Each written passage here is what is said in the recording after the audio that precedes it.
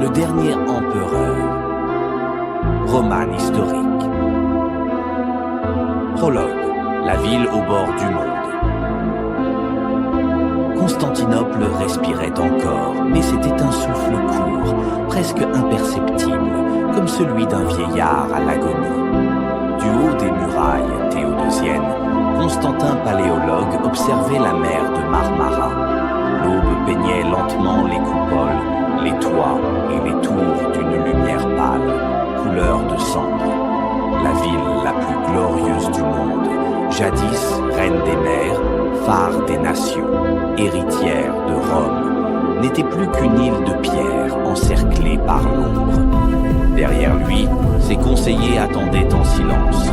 Aucun n'osait rompre la contemplation du dernier empereur de Rome. Constantin ne portait ni manteau d'apparat, ni couronne. Il était vêtu d'une simple tunique sombre, comme un soldat parmi d'autres. Ses cheveux noirs étaient déjà striés de blanc, bien qu'il n'eût pas encore 50 ans. La guerre, l'attente et la certitude de la fin avaient gravé leurs lignes sur son visage.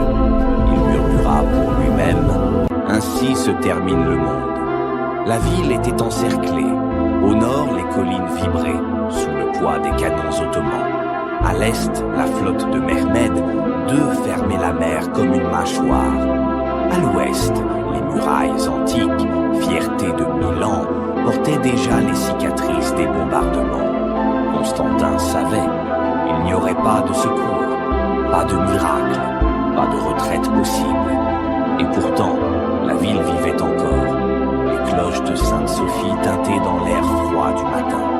Les marchands ouvraient leurs échoppes, les femmes balayaient les seuils. Des enfants jouaient près des fontaines, sans comprendre que l'histoire les observait. Constantin se détourna de la mer et regarda Constantinople. « Je suis ton empereur, murmura-t-il, et je mourrai avec toi. » Chapitre 1. L'héritier d'un monde brisé. Il était né dans un empire qui s'effondrait. Dès son enfance, Constantin avait compris que le monde de ses ancêtres n'existait déjà plus que dans les livres et les chants. Les palais étaient délabrés, les trésors fondus pour payer des mercenaires. Les provinces, autrefois innombrables, s'étaient réduites à une poignée de villes fatiguées. On l'avait éduqué dans le souvenir des grandeurs passées. Auguste, Justinien, Héraclius, Basile, des noms plus lourds que des armures. Son père, Manuel II, lui avait dit un soir dans le palais des Blachern: « Être empereur aujourd'hui, ce n'est pas régner, c'est retarder l'inévitable. » Constantin n'avait pas répondu. Il avait regardé la mer Noire frapper les murs. Il n'apprit jamais à rêver d'un règne long, seulement à tenir. Chapitre 2. Le sultan et le destin. Mehmed avait 21 ans quand il décida de prendre Constantinople. Jeune, brillant, implacable. Pour lui, la ville n'était pas seulement une conquête stratégique. Elle était un symbole, la clé du monde, la preuve que son nom serait gravé dans l'histoire aux côtés d'Alexandre et de César. Il fit construire le plus grand canon jamais vu. Il rassembla les tribus d'Anatolie et des Balkans. Il fit jurer à ses officiers que la ville tomberait, qu'il mourrait devant ses murs. De l'autre côté, Constantin comptait ses hommes, 7000, face à une mer humaine. Chapitre 3. Les murailles de l'âme. Les semaines passaient, les canons rugissaient, la terre tremblait, les murailles tenaient. Constantin parcourait chaque nuit les remparts. Il parlait aux soldats, aux moines, aux mercenaires génois, aux paysans devenus défenseurs de l'Empire. Il n'était plus empereur, il était un homme parmi les hommes. Un soir, un officier lui dit « Sire, il reste une porte vers la mer. Vous pourriez... » Constantin posa la main sur son épaule. « La ville m'a fait empereur. La ville me verra mourir. » Chapitre 4. Le siège du monde. Avril 1000, Quatrou, Centou, 50 Atri. Les canons commencèrent à parler avant l'aube. Un grondement sourd, ancien de la terre elle-même. Le grand canon d'Urbain cracha son premier souffle de feu. Le projectile vola lentement, comme un astre noir, puis frappa les murailles de Théodose dans un rugissement de pierres brisées. La ville entière trembla. Les cloches se mirent à sonner dans toutes les églises. Les pigeons s'envolèrent en nuages affolés. Les enfants se réveillèrent en hurlant. Les moines tombèrent à genoux. Constantin se trouvait déjà sur les remparts. Le vent marin rabattait la fumée des explosions contre son visage. Il observa les dégâts, un pan de mur écroulé, des pierres grosses comme des bœufs arrachées à la muraille, des corps projetés en arrière, sans cri. Qu'on rebouche avant la nuit, ordonna-t-il calmement. On n'entendait presque plus la voix humaine. Le ciel lui-même semblait déchiré. Pendant des semaines, ce fut la même liturgie de destruction. Les Ottomans tiraient jour et nuit. Les défenseurs réparaient jour et nuit. On ne dormait plus vraiment. On tombait simplement d'épuisement. Constantin dormait dans son armure, sur une paillasse, entre 2 cartes et 3 messagers. Son visage se creusait, ses yeux brûlaient, mais il ne quittait jamais les murs. Chaque soir, il parcourait la ligne de défense.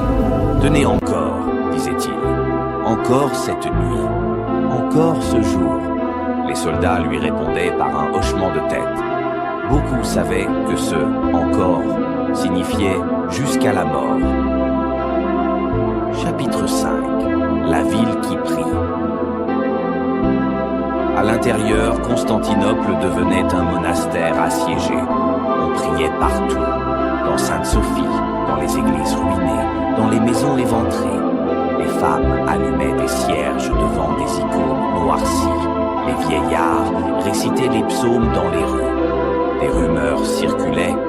Un ange descendra sur les murailles. La Vierge apparaîtra dans le ciel. Un empereur endormi se lèvera pour sauver la ville. Constantin les écoutait sans les briser. Mais la nuit, seul, il murmurait « Seigneur, si un miracle doit venir, qu'il vienne vite. » Chapitre 6. La dernière nuit. Le 28 mai 1453, le vent tomba. Les canons se turent. Un silence immense s'abattit sur les remparts. Constantin sut. Il convoqua ses officiers, les moines, les notables. Ils se réunirent dans Sainte-Sophie, sous la coupole immense, fendue de lumière et de poussière. Il parla sans élever la voix. « Frères, demain la ville tombera. Nous avons combattu comme des hommes. Maintenant mourons comme des Romains. » Certains pleuraient, d'autres embrassaient leurs armes. Cette nuit-là, l'empereur communia avec ses soldats. Puis il marcha seul dans les rues. Il regarda les maisons, les fontaines, les marchés vides, les portes fermées. Il toucha les murs comme on touche le corps d'un être aimé. « Pardonne-moi », murmura-t-il à la ville. Chapitre 7. L'aube de la fin. À l'aube du 29 mai, la terre se remit à rugir. Des milliers de voix crièrent « Allahu Akbar ». Les vagues d'assaut se succédèrent. Les défenseurs se battaient comme des hommes qui savent que le monde s'achève. Constantin combattait au premier rang. Son épée se couvrait de sang, son bouclier se fendait, ses bras tremblaient.